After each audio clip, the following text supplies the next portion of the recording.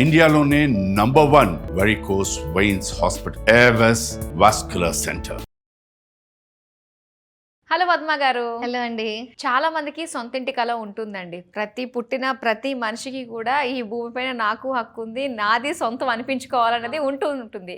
కానీ అది అందరికీ సాధ్యం కాదు, కొంతమందికే ఉంటుంది. ఏంటంటే నాకు భూమి కొనుక్కోవాలి, అక్కడ ఇల్లు కట్టుకోవాలి, చుట్టూ మొక్కలు వేసుకోవాలి అన్నది ఒకళ్ళకు ఉంటుంది. కొంతమంది అపార్ట్మెంట్లో 48th ఫ్లోర్ కొనుక్కోవాలి అన్నది ఒకళ్ళకు ఉంటుంది.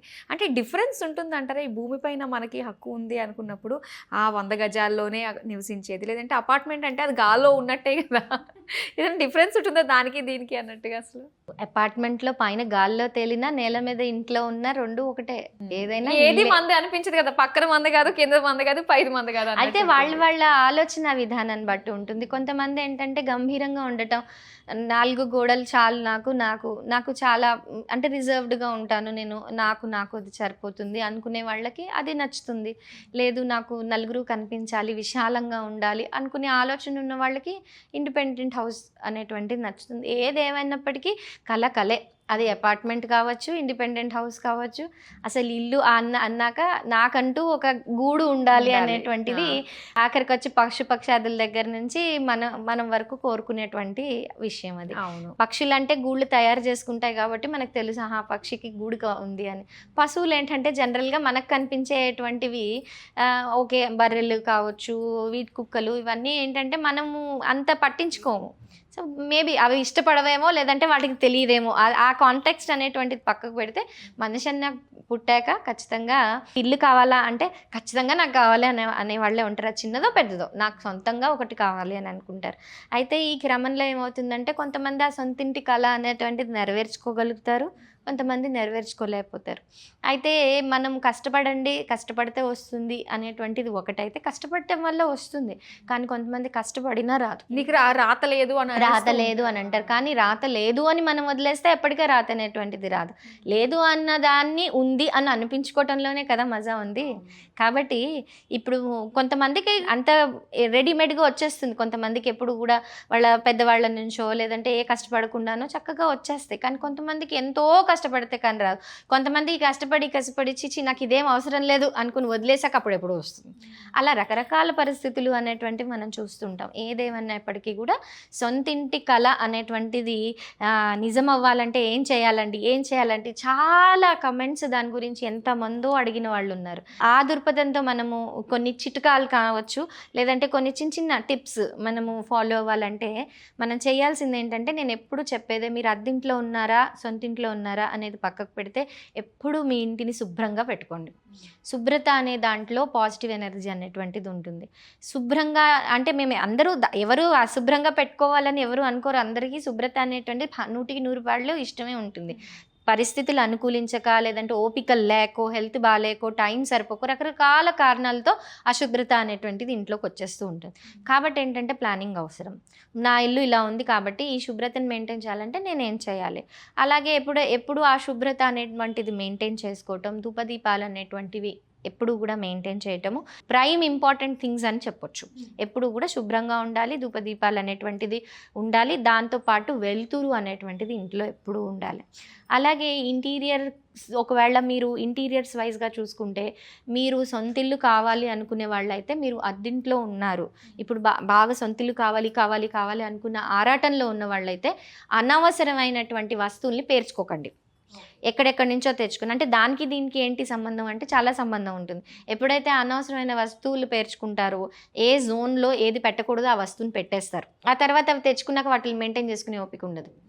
సో ఇట్లా ఏమవుతుందంటే మనం చాలా విషయాల్ని స్కిప్ అవుతాం, మనకు తెలిసి కూడా స్కిప్ అవుతాం. అయితే ఎప్పుడైనా మీరు ఏ ఇంట్లో అయితే ఉంటున్నారో, అది అద్దిల్లు అయినా సరే, ఎప్పుడు గుర్తుపెట్టుకోండి, కొన్ని పెయింటింగ్స్ కానీ కొన్ని ఆర్ట్ పీసెస్ కానీ మనకి చాలా ఫెచ్చింగ్ ఇస్తాయి. ఎప్పుడూ కూడా ఉత్తరంలో ఒక నీటి ప్రవాహంతో కూడినటువంటి ఒక ఫోటో కానీ, ఒక ఏదైనా సరే ఒక నైస్ పిక్చర్ కానీ ఏదైనా కూడా మనం అలాంటిది పెట్టుకోవచ్చు. చక్కగా ఉత్తరంలో పచ్చిక బయళ్ళు లాంటివి, అంటే పెద్ద పెద్ద చెట్లు అడవులు లాంటివి కాదు, చక్కగా ఒక లాన్ లాంటిది, అలాగే నీళ్లు ప్రవహిస్తున్నట్టుగా ఇలాంటివన్నీ కూడా ఖచ్చితంగా ఒక ఫోటో ఫ్రేమ్ అనేటువంటిది అక్కడ ఉండాలి. అలాగే మనము పడమర అనేటువంటిది స్థిరాస్తుల్ని ఇవ్వగలిగేటువంటి స్ట్రెంగ్త్ ఉన్నటువంటి జోన్. కాబట్టి మీ ఇంటి యొక్క పడమర భాగాన పెద్ద పెద్ద బిల్డింగ్స్, పెద్ద పెద్ద కొండలు, అలా అంటే పెద్ద హైట్ ఉన్నటువంటివి, ముఖ్యంగా చెప్పాలంటే మల్టీ స్టోరేడ్ బిల్డింగ్స్, పెద్ద పెద్ద విల్లాస్, మ్యాన్సన్స్, అలాంటివి అంటే మీకు ఏది మనసులో కావాలనుకుంటున్నారో అలాంటి టైప్ ఆఫ్ ఇమేజెస్ ఒక ఫ్రేమ్ రూపంలో దానికి ఒక ఫ్రేమ్ అనేటువంటిది ఇచ్చి మీరు పడమరలో కనుక పెట్టగలిగితే, పడమర వాల్ మీద పెట్టగలిగితే అది మనకి ఫెచ్చింగ్ ఇస్తుంది. అదేవిధంగా దక్షిణంలో కనుక మనం చూస్తే ఫైర్ ఎలిమెంట్తో కూడినటువంటి క్యాండిల్స్, ఆరెంజ్ షేడ్స్, ఇలా క్యాండిల్స్ కానీ దీపాలు కానీ ఇలాంటివి ఏమన్నా కనుక మనం పెట్టగలిగితే అక్కడ బ్యాలెన్స్ అవుతుంది. దక్షిణం. తూర్పు విషయానికి వస్తే మన ఫ్యామిలీ ఫోటో, మనం అందరం చక్కగా కలిసి మన ఫ్యామిలీ నవ్వుతూ తుళ్ళుతూ ఉన్నటువంటి ఫోటో ఏదైనా ఉందంటే దాన్ని ప్లేస్ చేయండి. మరి ఈ ఫొటోస్ అన్నీ ఇలా డైరెక్షన్ వైజ్గా పెట్టడం వల్ల ఏం జరుగుతుంది? మనం ఉంటున్న ఇంట్లో బలం లేకపోయినా, మన ఇంట్లో ఇంబ్యాలెన్సెస్ ఏమన్నా ఉన్నా ఇవి బ్యాలెన్స్ చేస్తాయి, ఆ జోన్స్ని బ్యాలెన్స్ చేస్తాయి. తద్వారా మనం నేను ఇందాక అన్నాను కదా, ఇల్లు నీట్గా పెట్టుకోండి, దీపారాధన చేయండి, ధూపదీపాలు వేయండి, ఇవన్నీ ఏమవుతుందంటే ఆ పాజిటివ్ ఔరాని పెంచుతుంది. ఇంకపోతే ఏంటి, మీరు ఒకవేళ అద్దింట్లో ఉన్నా సరే, అద్దె ఇల్లు మీకు ఒక కళ సాకారం కావాలి అని అనుకుంటే ప్రతి మనిషికి బంధుమిత్రులు కొంతమంది అయినా ఉంటారు, ఎక్కువ మంది కాకపోయినా ఒక 5-10 మంది అయినా ఉంటారు. ప్రతి సంవత్సరం కుదిరితే 6 నెలలు, కుదరకపోతే సంవత్సరానికి ఒకసారైనా ఒక పూజో పునస్కారమో పెట్టుకుని, అంటే కొంతమంది వ్రతం చేసుకుంటారు, ఇంకొంతమంది ఇంకొకటి ఏదో చేసుకుంటారు, అలా ఒక ఫ్యామిలీగా వాళ్ళ ఫ్యామిలీని ఒక చిన్నగా, అంటే ఏదో బర్త్డే పార్టీలు లేదంటే గెట్ టుగెదర్ అని కాకుండా ఒక బ్రాహ్మణ్ణి పిలిచి వాళ్ళకి కాస్త భోజనం పెట్టడం, ఒక ఫంక్షన్ లాగా, పెద్ద ఎత్తు ఫంక్షన్ కాకుండా చిన్నగా అయినా సరే మీకు నలుగురైనా సరే పెట్టి వాళ్ళకి భోజనం పెట్టడము, ఒక పూజో పునస్కారము లాంటివి చేసుకోవటం వంటివి ఖచ్చితంగా చేయాలి. ఎప్పుడైతే 10 మంది తిని లేస్తారో ఆ ఇంటికి శాంతి, ఆ రూపంలో ఒక నెగిటివిటీ అనేటువంటిది తగ్గుతుంది. అయితే ఇక్కడ ఏంటంటే 10 మందిని పిలవటం వల్ల చాలామంది ఈ మధ్య కామన్గా అనేది ఏంటి, మేము 4 పిలిస్తే మాకు దిష్టి తగలటం తప్పేం ఉండట్లేదండి అని. అది నిజమే, కానీ ఏంటంటే దిష్టి తగులుతుంది కదా అని పెళ్ళిళ్ళు చేసుకోవటం మానట్లేదు కదా, అందరినీ పిలిచి అది దిష్టి తగులుతుంది కదా అనేసి బర్త్డే పార్టీలు చేసుకోవటం మానట్లేదు కదా. సో ఏది ఏమైనా ప్రతి ప్రాబ్లంకి ఒక ఉపాయం ఉంటుంది. అందరూ దిచ్చిపెట్టే వాళ్ళే ఉండరు, కొంతమంది ఒక 4-5 అయినా మంచి వాళ్ళు, మన శ్రేయస్ కోరుకునే వాళ్ళు ఖచ్చితంగా ఉంటారు. అలాంటి వాళ్ళని ఐడెంటిఫై చేయండి. సంవత్సరానికి ఒక్కసారి అయినా సరే ఒక పూజో ఒక పునస్కారము ఖచ్చితంగా మీ ఇంట్లో పెట్టుకుని వాళ్ళకి భోజనం పెట్టండి. అలాగే ఆ పేరుతో 2-3 బ్రాహ్మణులకైనా సరే కాస్త బట్టలు పెట్టి భోజనం పెట్టడం అనేటువంటిది మంచి. అంటే సారాంశం ఏంటంటే అన్నం తిరగాలి, వాళ్ళు అలాగే తిని లేవాలి, ఎప్పుడు కూడా అది శాంతినిస్తుంది. అన్నదానం అని మనం చేయలేకపోయినా ఈ విధంగా మనకి అందరూ తిని లేస్తే ఒక శాంతి. అలాగే ఇల్లు శుభ్రం పెట్టుకోవటం, ఇవన్నీ పాజిటివ్ వైబ్స్. ఓకే, నిజంగా ఏదో అనుకుంటాం కానీ ఇలాంటివన్నీ ఉంటే అవన్నీ మన కర్మలకి బ్యాలెన్స్ అయ్యి కూడా ఆ సొంతింటి కళ ఫోకస్డ్గా మనం నెరవేర్చుకోవడానికి ఎంతగానో హెల్ప్ చేస్తాయన్నమాట.